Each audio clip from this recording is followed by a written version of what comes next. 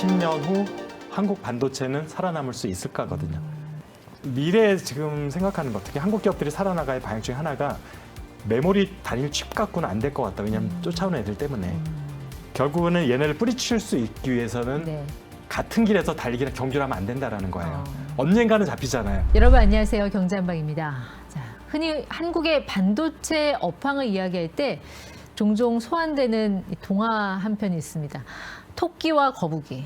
네, 토끼는 안타깝게도 이 한국의 반도체 업체, 그리고 거북이는 중국의 반도체 회사들을 이야기한다고 합니다.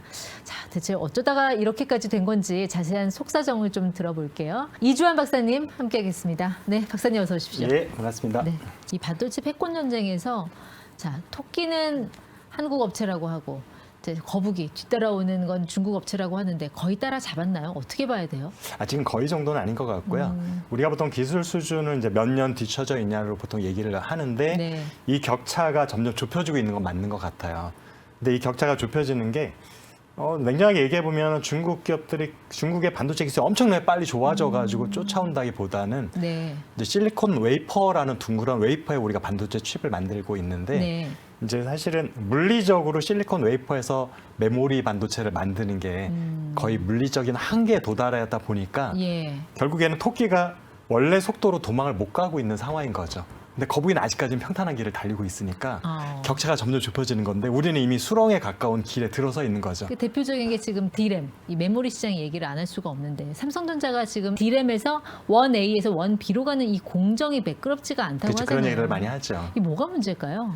우리가 보통 일단 원 A가 뭐고 B가 뭔지 일반 시청자들에서 간단하게 설명을 네. 드리면은 이제 D램에서 앞에 원이라는 숫자는 이제 결국 미세 공정이 어느 정도 진행됐느냐를 얘기하는 건데 앞에 원이라는 거는 10나노대의 회로를 만들 수 있다라는 의미에서 원이라는 숫자가 붙은 거고요. 그렇죠. 여기서 헷갈리면 안 되는 게 우리가 뭐 3나노 공동 얘기하는 건 저쪽 로직. 로직 쪽에서는 로직 이미 쪽에서고. 뭐 1.8나노까지 얘기가 나오고 그렇죠. 있는데 이거는 메모리. 메모리는 네. 아직 그렇게까지 하지 못하고 있고 그래서 D램 사실은 한국 기업들이 가장 기술력이 뛰어나잖아요. 네. 그럼에도 불구하고 현재 우리가 10나노, 10몇 나노 정도에 머물러 있는 상태인데 이게 왜 원 ABC, XYZ 옛날에 이런 게 없었거든요. 없었잖아요. 그냥 40나노, 30나노 그랬죠. 이랬었는데 이게 30나노 다음에 20나노 잘 왔어요. 그럼 20나노 다음에 다음 제품은 이제 뭐 9나노, 8나노 이렇게 와야 되거든요. 네. 한 자릿수가 가야 되잖아요. 10나노 이렇게 와야 되는데 20나노 다음에 10나노를 못 가는 거예요. 너무 이제 어려워져서. 물리적인 한계에 물리적인 봉착한 한계인 거군요. 거예요. 현재 전문가들 얘기하는 분명히 원 D는 하나 더 올 것 같다. 더올것 같다. 11나노 정도로 하고 그리고 나서 그 다음에 잘하면 10나노로 진입을 할 것 같다라는 게 의견인데 모르죠. 그때 가봐야 또 원 E가 또 나올지는. 근데 이제 삼성은 원 A에서 원 B로 가는 그 길이 막혀 있는데 지금 마이크론 같은 경우는 원 C도 가능하다고 하는 거 아니에요? 지금 어떻게 보면은 마이크론이 이제 메모리는 보통 삼국지라고 하잖아요. 삼성전자, SK하이닉스, 미국의 마이크론인데 마이크론은 사실은 만년 3위잖아요. 기술력도 그렇고 뭐 매출이나 수익성을 놓고 보더라도. 근데 이제 삼성전자 1등 마티앙이었던 삼성전자가 어쨌든 원 A, 원 B 정확하게는 아마 이게 뭐 14나노, 10나노, 13나노 요 정도일 것 같은데 여기서 경쟁사들이 이미 원 B라는 5세대 D램으로 갔는데 네. 그래서 양산을 다 하고 있고 그 원 B 제품으로 HBM을 만들어서 엔비디아 퀄을 통과를 했고요. 네. 근데 삼성전자 같은 경우는 뭐 정확한 원인은 알 수 없지만 4세대 원 A에서 5세대는 원 B로 가는 게 좀 잘 안 됐어요. 항상 수율이 잘 안 나오고. 그게 이제 HBM으로도 연결이 되는 그러다 거죠. 보니까 네. 그렇죠. HBM이 결국에는 D램을 쌓아서 패키지로 만드는 건데 결국엔 처음에 D램이 좋지가 않으면 이 좋지 않은 걸로 쌓아놓은들 퍼포먼스가 좋을 수는 그렇죠. 없고 오히려 안 좋은 게 조금씩 더 누적이 되니까 더 안 좋은 쪽이 더 극명하게 드러날 수 있는 거죠. 네. 패키지 단계로 가면. 그래서 사실은 경쟁사들이 원비를 아주 스무드하게 양산에 성공해서 HBM에 탑재를 한 반면 삼성전자는 원 A를 가지고 HBM을 만들다 보니까 아무래도 여러 가지 이제 우리 성능 같은 게 안 나올 수밖에 없습니다. 네. 그래서 이런 것들이 아마도 뭐 AMD나 다른 기업에는 삼성전자 납품을 하고 있어요. HBM을. 그런데 유독 우리가 5세대로 가면서 HBM 4세대, 5세대로 가면서 원비로 못 만들다 보니까 그렇죠. 그 가장 까다로운 엔비디아의 퀄 테스트 통과가 좀 어려운 상황인 그 것 통과 같고 어려운 거는 HBM3, HBM3E인데 두 개 다 마찬가지인 두 개 다 거죠. 마찬가지인데 네. 그럼 삼성전자의 선택지는 그냥 HBM4로 바로 직행하는 걸 택할까요? 제 생각에는 만들기는 만들 거예요. 양산까지 가긴 할 거예요. 왜냐하면은 저희는 반도체 공정을 직접 8년 정도 해보다 보니까 중간에 뭔가 건너뛰고 가게 되잖아요. 네. 그러면은 잘 된 것 같지만 양산으로 가보면 예상치 못한 문제들이 굉장히 많이 생겨서 볼륨이 커졌을 때 문제가 생기면 훨씬 더 타격이 크잖아요. 예. 그래서 차라리 개발해서 양산까지 갈 때는 중간에 스킵, 뭔가 빼는 것 없이 찬찬히 하지만 그걸로 이제 고객가 팔라는 얘기가 아니고 네. 양산 수준에서 똑같은 환경에서도 충분히 수율이 나오는지까지 확인한 정도로 하고 예. 그 다음에 바로 그 다음 경린사들이 준비한 원시 6세대 거를 실제로 고객한테 납품하는 타겟팅을 하는 게 맞는 것 같습니다. 네. 자, 근데 문제는 더 뒤에 오고 있던 거북이가 너무 빨리 온다는 건데 중국의 양스 메모리 그리고 창신 메모리. 양스는 낸드만 하고 창신 메모리는 디램만 디램만 하고 하잖아요. 있습니다. 네. 근데 워낙 기술력으로 많이 따라오고 있어서 이 위협은 좀 어떻게 극복을 해야 되는 것인가 그 고민이 있지 않습니까? 그래도 최소한 미국이 중국의 디램이나 낸드 개발 속도를 지연시키는 건 확실히 하거든요. 네. 이제 그 지연시키는 게 다른 것보다도 정말 그 하이엔드 제품을 만들기 위해서 필요한 장비가 우리가 노광 장비 중에 네덜란드 ASML이 네. 독점으로 만들고 있는 그렇죠. EUB라는 EUB. 그런 제품이 있는데 이걸 지금 중국 쪽에 한 대도 못 팔고 있어요. 그러니까 사실은 D램 같은 경우는 EUB 장비 없이도 만들긴 만드는데 그래도 몇 개 정도 공정에서는 EUB를 사용하는 게 훨씬 더 깔끔하게 네. 나오고 공정 스텝도 줄일 수 있고 이런 장점이 있는데 지금 중국은 그게 안 되니까 그러니까 DUB라고 하는 EUB보다 조금 성능이 떨어지는 장비를 여러 번 찍어가지고 겨우 그 패턴러닝을 하고 있는 상황이어서 이렇게 되면은 뭐 공정 속도도 느려지게 되고 수율에 영향을 미칠 수 있는 여러 가지 변수들도 많이 생기는 거잖아요. 네. 그래서 이런 면에 있어서 아마 중국 기업들이 굉장히 혹독한 조건에서 지금 개발하고 있는 건데 그럼에도 불구하고 토끼가 빨리 도망가지 못하는 길이 그러니까요. 이제 네. 진입을 했기 때문에 어떻게든 어떤지 이런 말이 맞는지 모르겠고 꾸역꾸역 따라오고 있는 것 같습니다. 뒤에선 따라오고 있고 저는 오히려 토끼가 약간 후진하는 느낌이 드는 게 삼성전자가 양스 메모리 그 하이브리드 본딩 이거 기술을 워낙 잘하니까 거기 뭐 일부 라이센스를 받기로 했다 뭐 이런 얘기도 들려서 그게 바로 최근에 나왔던 네. 뉴스고 저도 이제 읽어봤는데 이제 하이브리드 본딩이라는 것들이 사실 차세대 기술을 다 개발을 하고 있었을 거예요. 그래서 나름대로 준비를 하고 있는데 생각지도 않았던 후발주자라고 생각했던 중국의 기업이 네. 먼저 양산에 그걸 도입을 해버린 거예요. 그 기술을. 그래서 사실 하이브리드 본딩을 도입을 하게 되면 어쨌든 전반적으로 동일한 사이즈의 반도체 칩 안에 더 많은 트랜지스터를 그런 만들 수 거죠. 있으니까 예. 용량이 커지는 효과가 있고 그다음에 여러 가지 속도들도 빠르는 효과도 일부 있을 수도 있고요. 그래서 어디 보면 차세대 기술인 건데 다들 준비는 하고 있었지만 양산을 먼저 갔다는 게 중국이라는 게 조금 충격적이었던 네. 그런 거고 그래서 뭐 삼성전자 같은 경우도 독자적으로 다 개발이 어느 정도 돼 있을 거라 생각은 되는데 어쨌든 양산까지 간 기업이 또 여러 가지 특허 같은 것들 많이 잡아놨을 가능성이 높잖아요. 그러다 보니까 나중에 생길 수 있는 특허 분쟁이나 이런 것들을 미연에 방지하기 위해서 아예 하이브리드 본딩 관련의 기술은 양사가 갖고 있는 특허를 같이 공유를 해버리자라고 제안을 했고 사실은 중국 기업 입장에서는 옛날 같으면은 저 멀리서 보이지도 않았던 삼성전자 그런 제안을 해놓으면 굳이 그거를 뭐 마다할 이유는 네. 없을 것 같아요. 그다음에 뭔가 어쨌든 한국 기업하고의 좋은 파트너십을 갖고 있는 게 미국이라는 거대한 적을 공동의 적이 될 수도 있는 거잖아요. 먼 훗날에는 그런 상황에서 중국 기업한테는 뭔가 방패막이가 될 수 있는 효과도 있으니까 네. 어쨌든 그렇지만 우리가 생각하기에는 좀 충격이죠. 우리가 먼저 손을 내밀어서 중국 기업한테 기술 제휴를 하자고 했다는 자체가. 그것도 삼성전자의 본질은 이 디램 메모리인데 이 본질이 털려버리니까 메모리에서 그렇다. 메모리에서 파운드리라면 그렇게 또 되는 모르겠지만. 그렇죠. 근데 네. 파운드리도 문제가 지금 TSMC하고 워낙 이게 격차가 이제 더 벌어지고 TSMC는 있더라고요. 넘사벽이 네. 돼버려서 이제 이건 또 어떻게 할 것이냐. TSMC가 또 미국에 한 1,000억 달러 투자한다고 그러는 거 아닙니까? 그 돈이 있는지는 일단 잘 모르겠지. 아마 뭔가 지금 스타게이트 때도 그렇고 본인이 패싱되면은 항상 비아냥거리는 거 트윗하잖아요. 아 걔네 돈 없어. 그래서 이번에 이제 TSMC의 발표에 대해서 아직은 코멘트 나온 건 없는 것 같아요. 뉴스에 뜬 게 없어가지고. 근데 TSMC 같은 경우는 미국에 투자를 하는 게 뭐 의미가 있긴 해요. 왜냐하면은 TSMC는 이미 확보되어 있는 미국의 팹리스 고객들이 너무나 많이 있는 상황이고, 그렇죠. 그래서 바로 고객이 줄 수도 있고, 그 다음에 이게 설계를 고객이 하는 거잖아요. 팹리스 고객이라고 하면 뭐 엔비디아, 퀄컴, 애플, 뭐 AMD 이런 기업들인데, 이제 이런 기업들이 설계를 하고 그 다음에 실제로 칩을 제조하는 건 TSMC가 하는 건데, 그럼에도 불구하고 사실은 반도체 회사를 미국에 짓는 거는 저는 사실은 썩 좋은 선택은 아니거든요. 근데 인건비도 비싸잖아요. 인건비를 제가 이제 네. 분석을 해봤어요. 아까 언급해 주신 그 책에서도 보면은 네. 과연 미국에서 공장을 보조금을 받고 짓는 것과 보조금 안 받고 한국에 짓고 심지어 관세까지 내면서 판매하는 것과 네. 비교를 해보면 결론은 보조금 안 받고 한국에서 네. 만들고 한 25% 관세를 물고 미국에 팔아도 그러니까 미국의 공장을 지어서 그렇죠. 직접 만든 것보다 더 싸다라는 결론이 네. 나왔습니다. 그래서 미국의 공장을 짓는 것들은 미국 반도체 기업들도 꺼리는 거거든요. 다 아시아 그렇죠. 쪽에 짓고 있어요, 지금도. 그래서 한국 기업들은 미국의 반도체 공장을 짓는 것들이 메리트가 하나도 없어요. 관세가 있다고 해도 그냥 여기서 만들고 관세 무는 게 더 싸니까.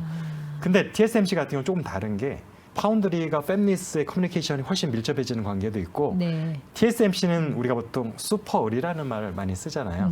그렇죠. 그 얘기는 네. 원래는 고객이 갑이어야 되는데 고객이 쩔쩔매는 게 을이 슈퍼을인 거예요. 네. 그 얘기는 지금 TSMC한테 물건을 맡기고 싶은 고객은 미국에 줄 서 있어요. 줄 섰죠. 나는 100개를 사고 싶은데 너는 이번 달에 15개밖에 못 줘. 이런 상황이에요. 번호표 뽑아야 되는 네, 거죠. 공장이 네. 한정돼 있으니까.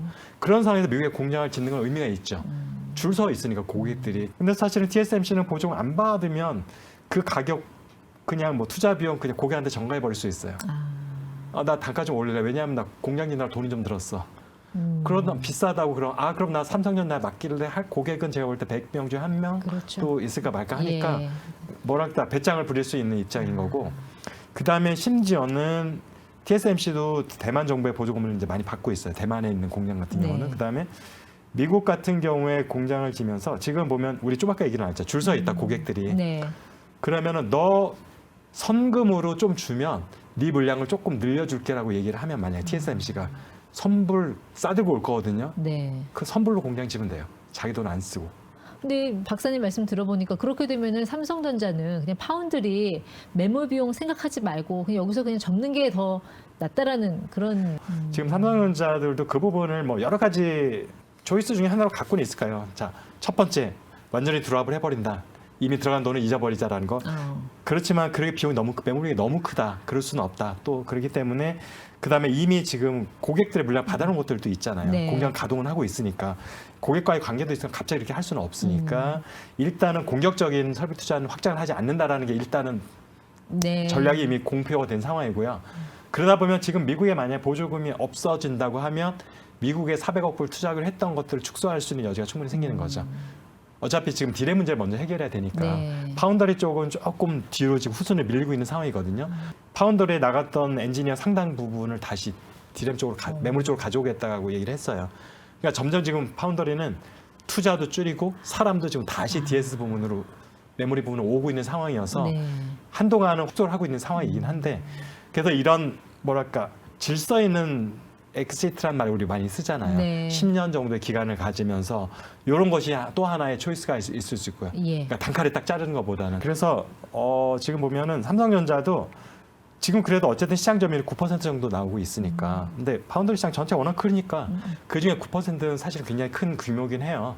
우리가 자꾸 TSMC랑 비교를 하니까 야 쟤는 65%인데 9%가 뭐야 반도 아니고 이제 이렇게 비교를 해서 그렇지만 그러면 삼성전자 다음에 있는 애는 6%거든요.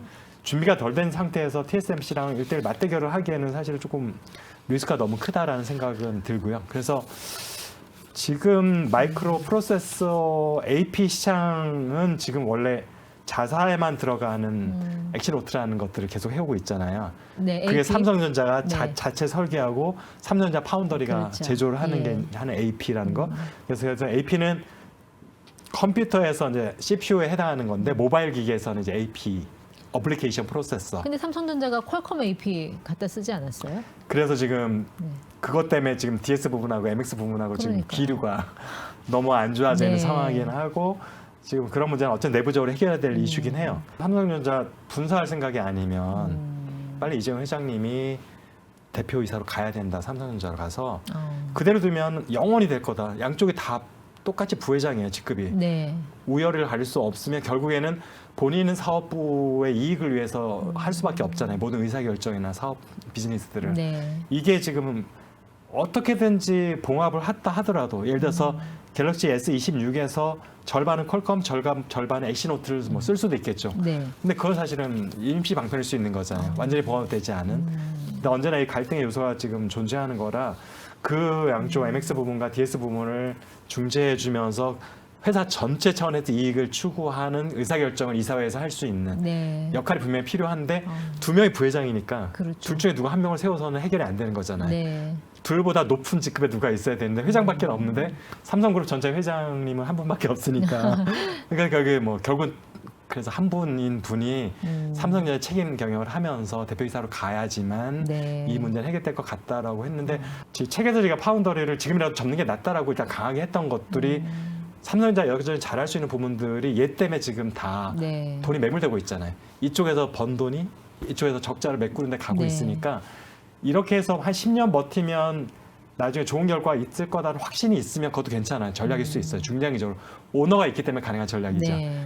그런데 제가 볼 때 그 확신이 현재로서는 있지는 않아요. 확신까지는 없어요. 그렇군요. 왜냐하면 TSMC 아성이 현재로서는 너무 탄탄해 보이고 그리고 삼성전자와 같이 그 TSMC 세컨드 자리를 노리는 강력한 후보자들이 아직은 존재한다라는 거. 그리고 이 두 기업은 국가적으로 밀고 있다라는 거. 한국은 대놓고 국가적으로 밀지는 못하잖아요. 여러 가지 상황들 때문에. 네, 정말 말 그대로 사면초가인데 그러면 박사님의 저서인 그 반도체 패권 전쟁 제일 그러면 최종 승자는 누굽니까? 결론은 뭡니까? 지금 일단 최종 결로 승자는 보다는 제가 마지막 챕터에서 했던 거는 지금 한국 반도체 어떤 위기인 건 맞다. 특히 메모리 기업들은 위기랑. 왜냐하면 그 책의 부제가 좀 쇼킹하긴 한데 네. 10년 후 한국 반도체는 살아남을 수 있을까거든요. 그 왜 얘기는 10년이죠? 그 얘기는 10년 후에 생존할 수 없을 수도 있다는 전제가 들어간 거잖아요. 네. 우리가 문맥적으로 보면은 네. 왜냐하면은 메모리 반도체의 성장 곡선을 쭉 그려봤어요. 80년대부터. 그렇게 봤을 때 지금으로부터 10년쯤 지나면 더 이상 성장하지 못하는 구간으로 진입을 하게 된다. 네. 그렇게 되면 성장이 더 이상 안 되는데 지금 메모리 기업들은 여전히 3개 이상이 존재하고 있는데 그렇게 되면 결국 그다음부터 제로섬 게임이 되는 거예요. 그러니까 커지는 파일을 조금씩 나눠 갖는 게 아니라 네. 뺏어야지만 생존할 수 있는. 그렇게 되면 누군가는 이제 사라져야 되는 치킨 게임이 이제 본격적으로 다시 생기는 거라서 네. 한국 기업 두 개가 승자가 되면 좋죠. 마이크론이 없어져 주면은. 근데 그건 우리의 바람인데 미국은 또 반대로 생각하겠죠. 그렇죠. 한국의 두 기업 중에 하나가 그때 망해주면 좋겠다고 생각할 수도 있으니까 다른 새로운 플레이가 들어오긴 힘들어요. 그럴 가능성 생각하지 않지만 어쨌든 그런 위기를 해서 10년이라는 설정을 했는데 지금부터 10년 동안 어떤 준비를 하면 우리는 여전히 패권을 유지할 수 있다라는 게 마지막 챕터에서 제가 네. 네 가지 솔루션을 제시한 거고 지금 사실은 궁금하셨던 거는 미래에 지금 생각하는 것 특히 한국 기업들이 살아나갈 방향 중에 하나가 메모리 단일 칩 갖고는 안 될 것 같다. 왜냐하면 쫓아오는 애들 때문에. 결국은 얘네를 뿌리칠 수 있기 위해서는 네. 같은 길에서 달리기랑 경주를 하면 안 된다라는 거예요. 언젠가는 잡히잖아요. 시간의 문제인 거잖아요. 속도가 느리고 뒤에는 빠르니까. 새로운 길을 결국에는 개척을 해야 얘네들 된다. 이 길만 바라고 쫓아올 때 어느 순간에 갑자기 길을 틀어버려야 된다라는 거. 그 얘기는 지금 우리가 생각하는 디램이나 낸드가 아닌 다른 제품이어야 된다는 거고. 네. 이주환 박사님이었습니다. 네, 오늘 나와주셔서 고맙습니다. 네, 감사합니다.